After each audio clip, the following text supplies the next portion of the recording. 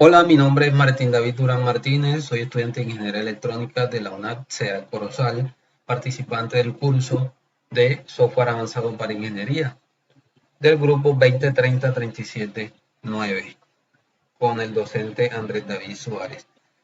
En este video voy a explicar el desarrollo del paso 3 de la actividad, el cual consiste en generar una matriz de LEDs que enciendan aleatoriamente cierta cantidad de LED que debe ingresar el usuario.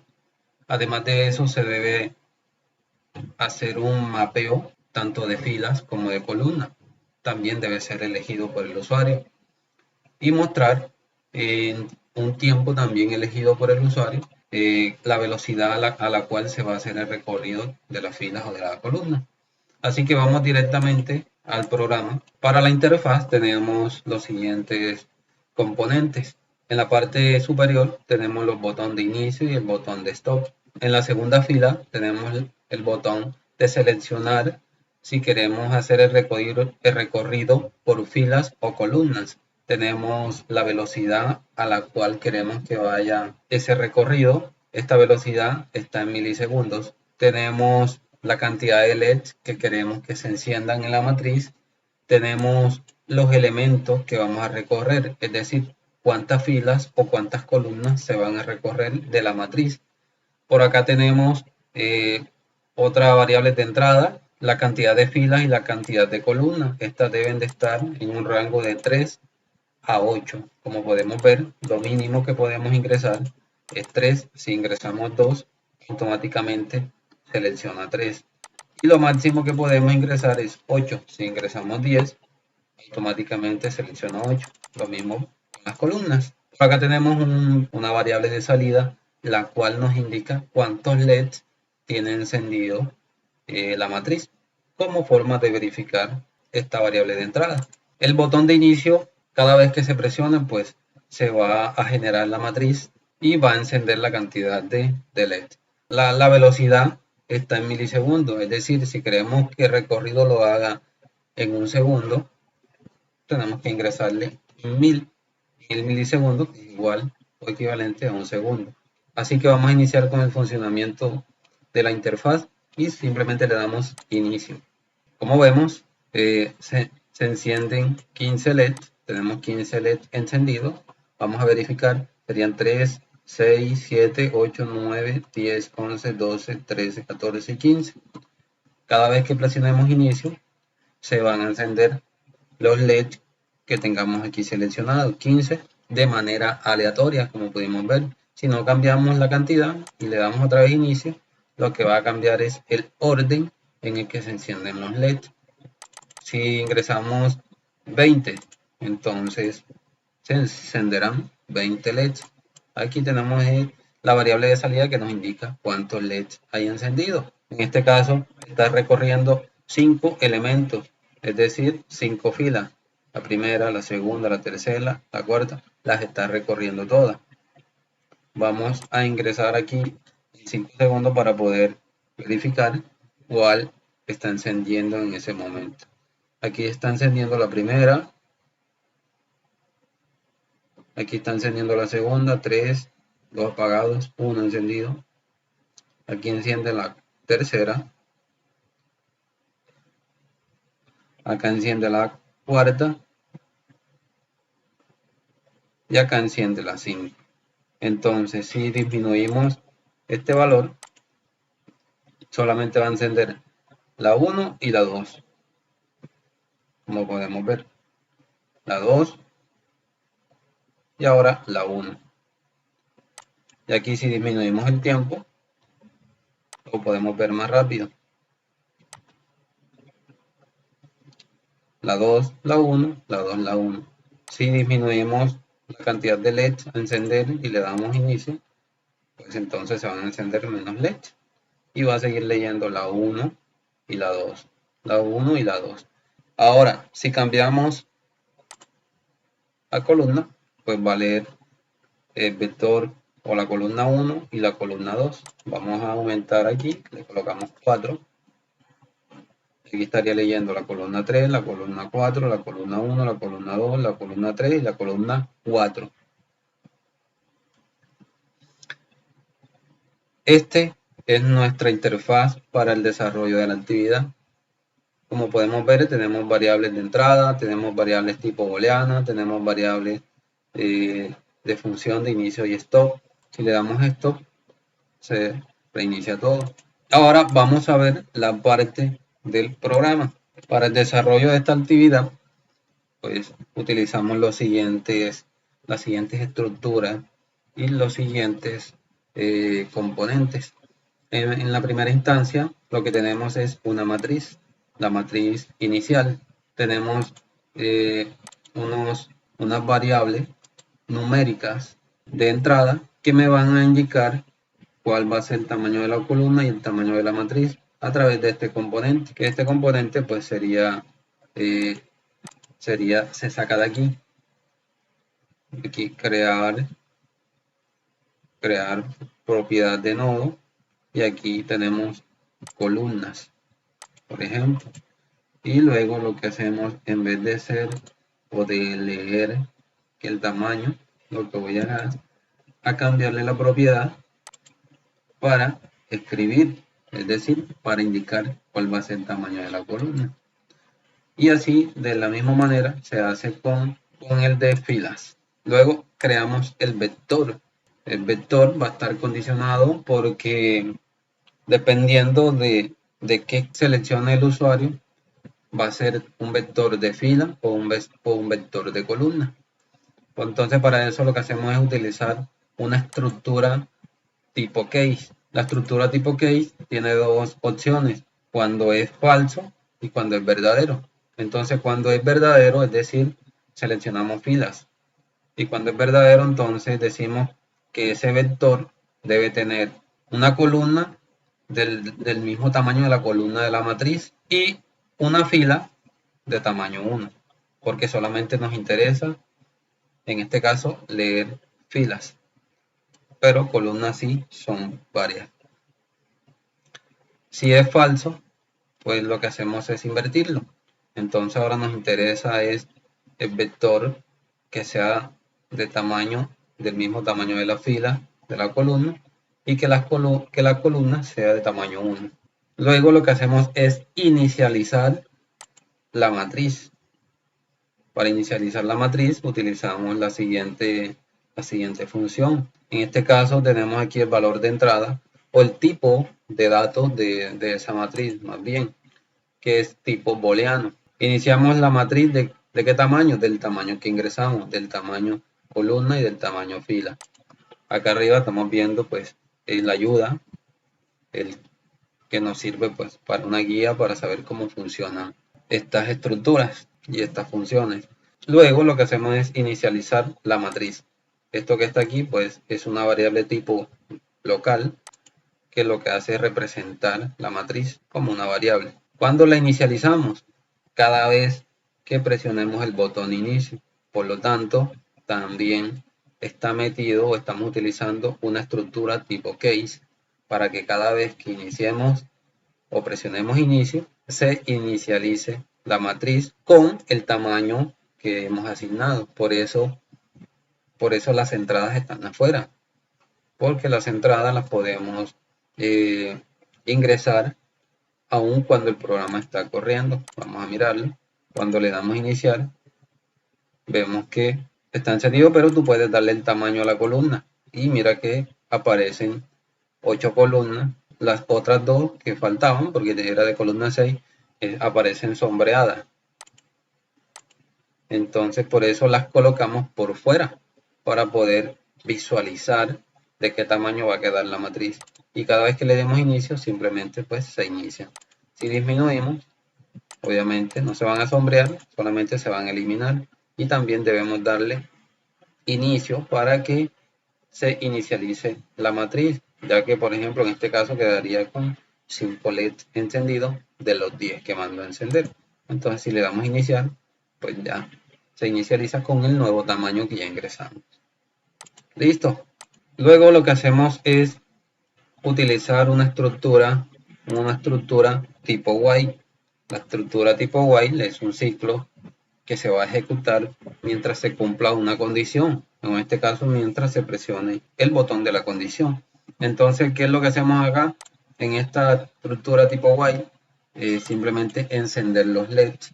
Para encender los LEDs de manera aleatoria, lo que hacemos es utilizar la función aleatoria number o random number aleatoria, un rango numérico de forma aleatoria. Tenemos aquí dos variables locales de quienes, de filas y columnas. ¿La sacamos de dónde? De aquí. Lo que hacemos es crear local variable. Y en vez de escribir, lo que hacemos es convertirla a lectura. Entonces, lo que le indico aquí es que el valor inicial, perdón, el valor final debe ser de las filas, en este caso, es del tamaño de la fila menos 1. El tamaño de la columna menos 1. Porque acá utilizamos la función. Lo que hace esta función es simplemente reemplazar el valor que tiene la matriz o el componente en X posición. Entonces lo que estamos aquí dándoles es una posición al LED que queremos cambiarle la información. Inicializamos acá la variable con la función booleana, pero falso, es decir, todos los LEDs apagados. Y acá lo que vamos a hacer es encenderlo, por eso acá tenemos true. Ya, ese es el valor que vamos a cambiar de falso a verdadero. Entonces lo que hacemos es seleccionamos la matriz que le vamos a cambiar o a reemplazar ese valor, la posición del componente al que le vamos a cambiar ese valor. La posición está en qué rango, de rango 0 a rango filas menos 1 y columnas menos 1. Es decir, si ingresamos 5 filas, en este caso serían 4. 4, el rango mayor es 4. ¿Por qué 4? Porque la matriz cuenta el valor, este posicionamiento sería la posición 0, 0, 0. Entonces sería 0, 1, 2, 3, 4, 5. Para una matriz con fila 5, con columna 6, perdón. Por lo tanto, restamos o decrementamos ese valor en 1.